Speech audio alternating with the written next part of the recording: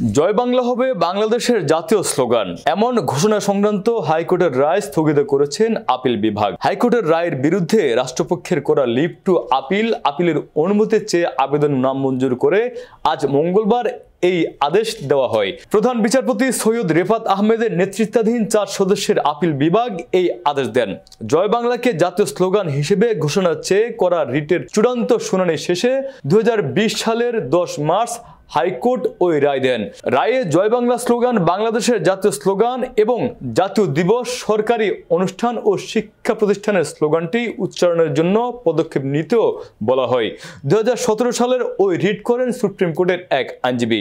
হাইকোর্টের ওই রায়ের বিরুদ্ধে মন্ত্রিপরিষদ সচিব অন্যরা চলতি বছরের লিভ টু আপিল করেন। শুনানি নিয়ে বিলম্ব মার্জনা করে লিভ টু আপিল মঞ্জুর করে আদেশ দেন আদালত। রাষ্ট্রপক্ষকে শুনানি করেন অতিরিক্ত অ্যাটর্নি জেনারেল অনিক আর হক।